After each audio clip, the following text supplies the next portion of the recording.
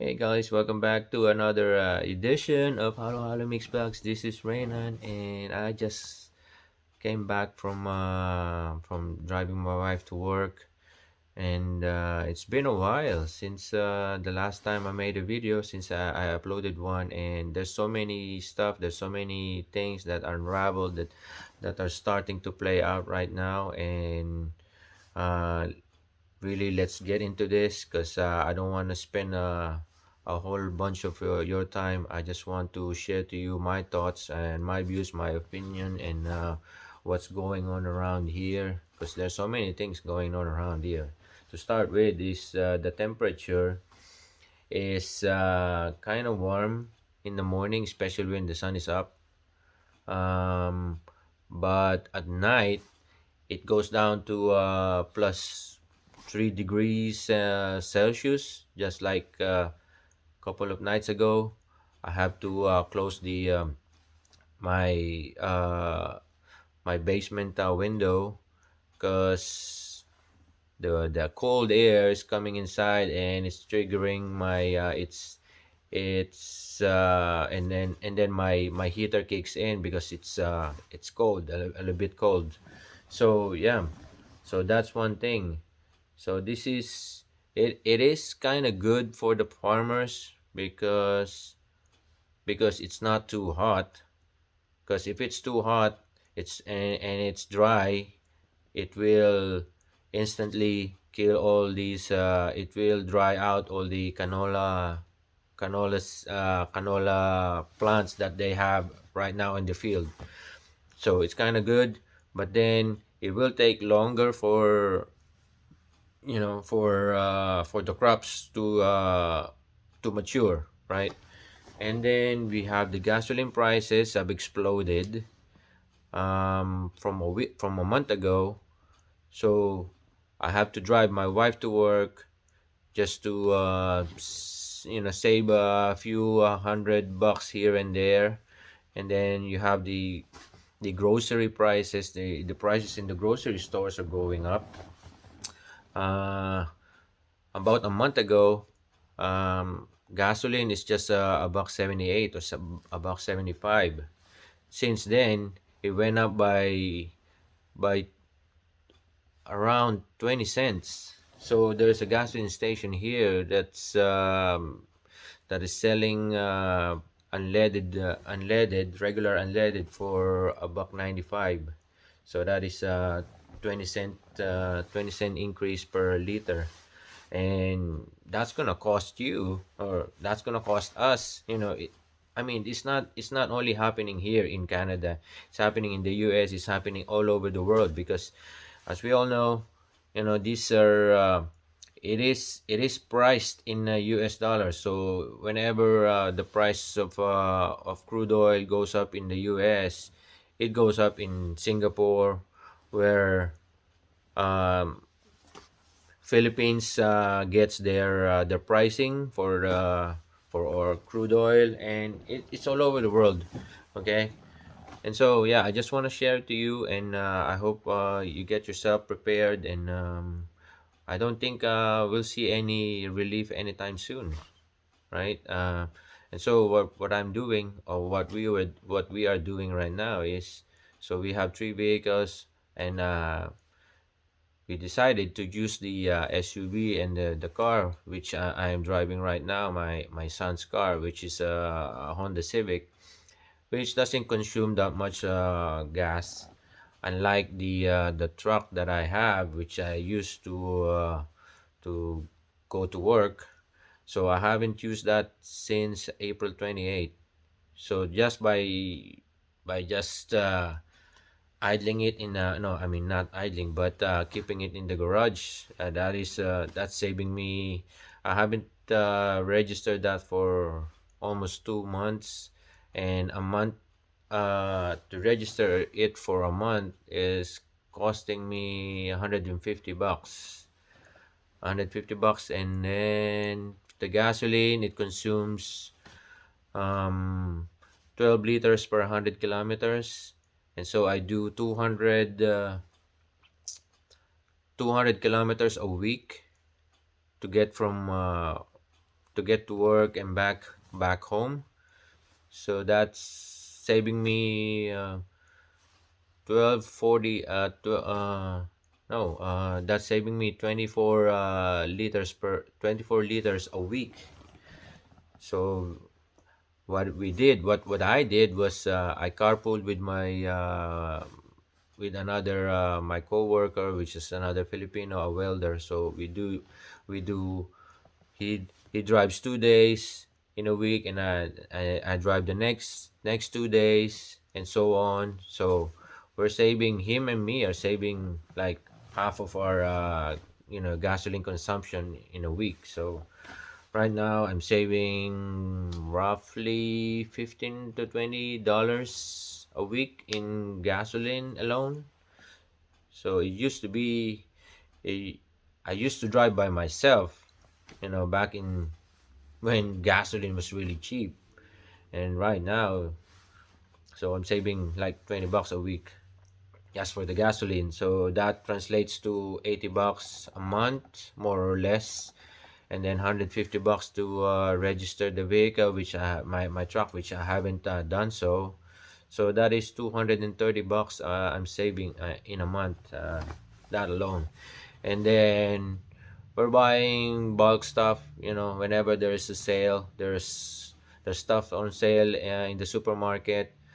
And then we're buying mostly canned goods, whatever is in the can, like baby corns, corn kernels, mushrooms, potatoes in cans. So whatever is there, you know, just that's what we're doing. Like we only buy what is cheap or what is on sale, and then stock up on it, and then wait for the next sale. Or if we need something that is not on sale, we're just gonna buy like one or a couple of them, and then wait till they go on sale, or we find another store which is selling them for much cheaper than the other one, right? Because really, this inflation is taking a dent. It's making everyone think about their finances right now. And then there's one more thing, the mortgage rate. So I was lucky enough to secure a 3.84% mortgage rate for our house, which we are due to renew in October of this year. So I was able to get it. The mortgage broker told me, no, not the mortgage broker, but the credit union, the guy in the credit union said that he can guarantee me 3.84%.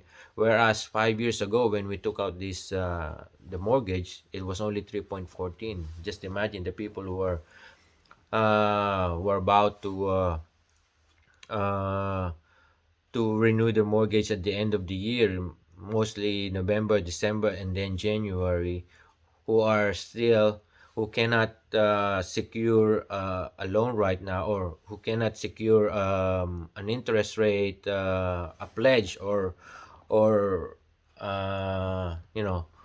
they cannot they cannot guarantee anyone. So you can't go to your bank and ask them that you can guarantee that give you a guarantee that you can get these rates right now, because what what they can do is only like 120 days before your mortgage expires. That's when they can give you a guaranteed rate. So in my case, where we bank, so it's a credit union, they can guarantee 150 days before renewal. So that's what we did.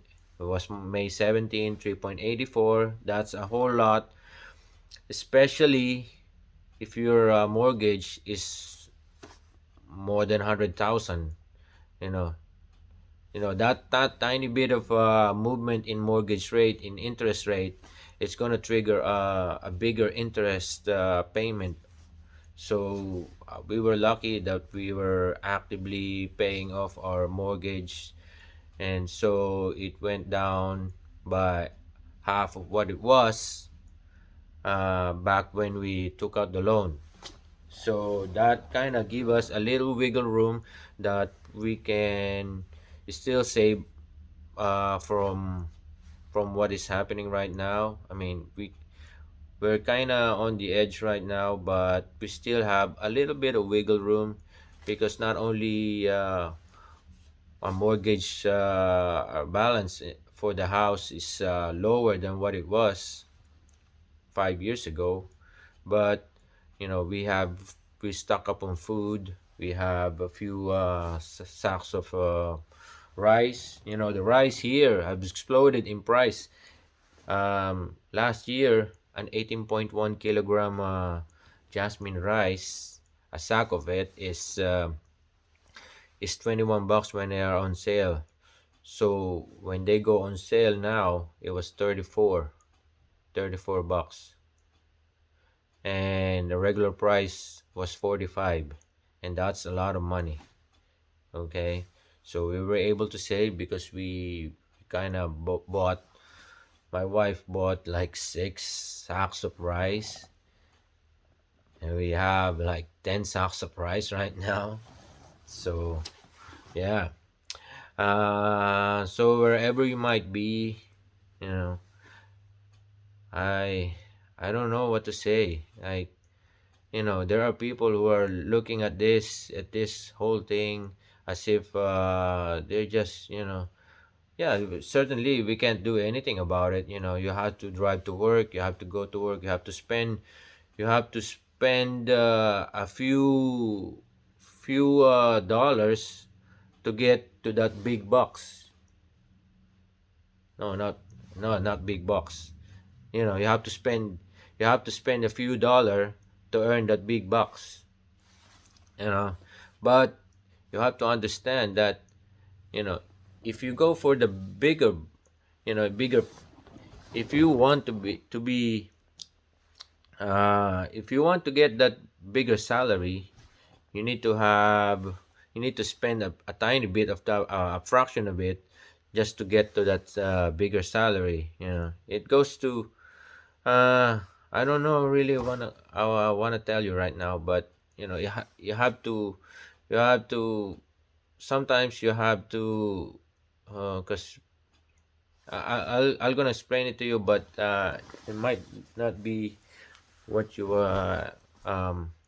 because there are people who wanted to get the big bucks to work for another company which are offering a bigger salary, but then to get there to work for that company, it's gonna cost you like half an hour more in travel compared to a much smaller salary nearer where you live, which is only a fraction of the travel to go to that bigger payday, right? So I don't see any reason why I want to get that big bucks, because if you earn that big salary right now, especially with inflation, you're gonna get bumped up in the tax rate, you know.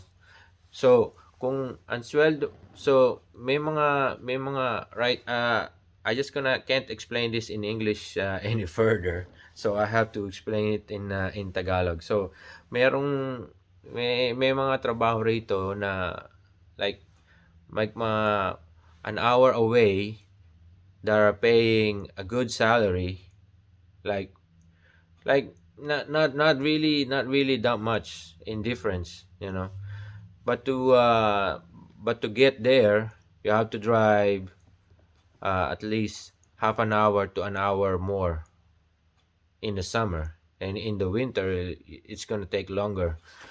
So that's what I'm trying to say. Compare that to where I'm working right now. um, it's not that really much of a difference in the salary that I'm getting here compared to the big bucks that other companies are offering.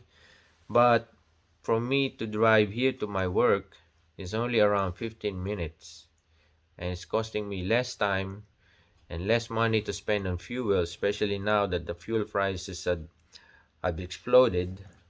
So if you go for the for the big buck salary, you're gonna get bumped up in your tax rate, you know.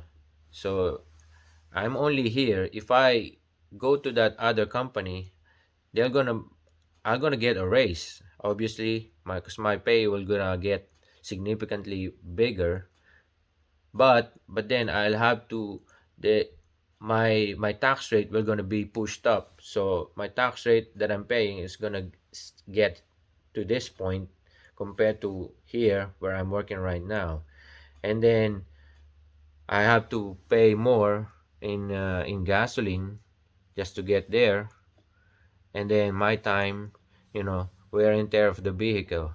So those are things that you cannot claim on your in my my tax return. So that is what I'm considering.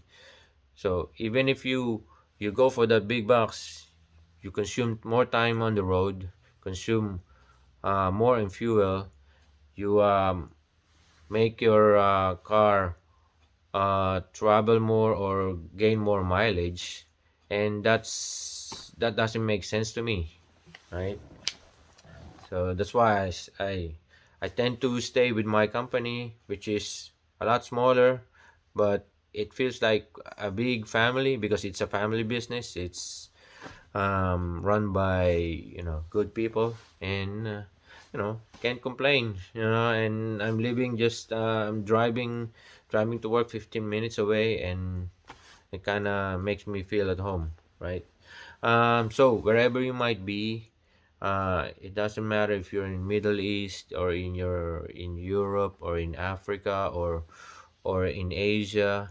you know this inflation is gonna affect us all in one way or another. Maybe you don't realize it, but if you it is like hidden in plain sight. You go to the grocery store, you look the price, it's still the same, but when you look at the fine print on the packaging, it says there that the the weight or the amount that you're paying for that same price is significantly smaller or lower, or the quality is not that the same. So when you go to the grocery store, check of what how much you're paying for it. If it says it's still the same, or if it increased by a few cents, maybe 5 to 10 cents, check if you're still getting the same amount of goods as you were a year ago, right?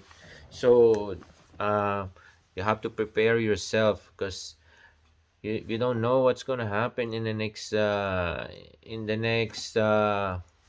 know couple of months, next year. We don't even know what's gonna happen tomorrow, maybe the next day. Maybe there won't be any food. If there is, if there is food, it's going to be expensive, so you have to stock up on food. I've got I've got sisters in Denmark. I've been telling them, you know uh what will you do if suddenly Russia decided to totally cut off their gas supply in the winter. uh you know they're mostly their countries are mostly dependent on Russian oil. Their natural gas, it's a saving grace, right? They can get this natural gas from other sources right now, when no one's using it, because it's a spring or summer now in Europe, in Northern Europe. So what will happen if everyone is using natural gas? Those liquefied natural gas tankers, I don't know if they will ever be enough. One shipment of it is enough if everyone is using heating in the winter, right? So they have to, you know, it doesn't matter if you're not using natural gas or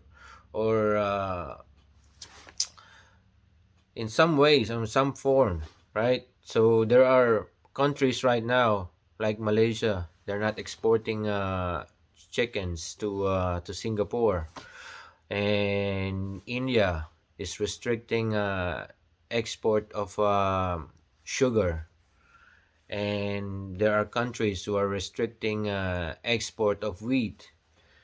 And then you have Russia and Ukraine, who can't export their wheat, and then Ukraine, which is exporting also corns, wheats, and they can't do so because of this war, right?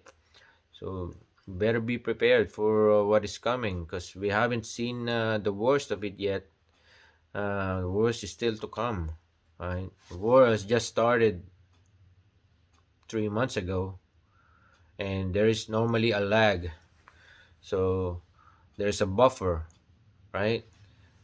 Like the oil, there is a buffer. In the Philippines, there is 100 days or 120-day buffer stockpile in the Philippines of oil.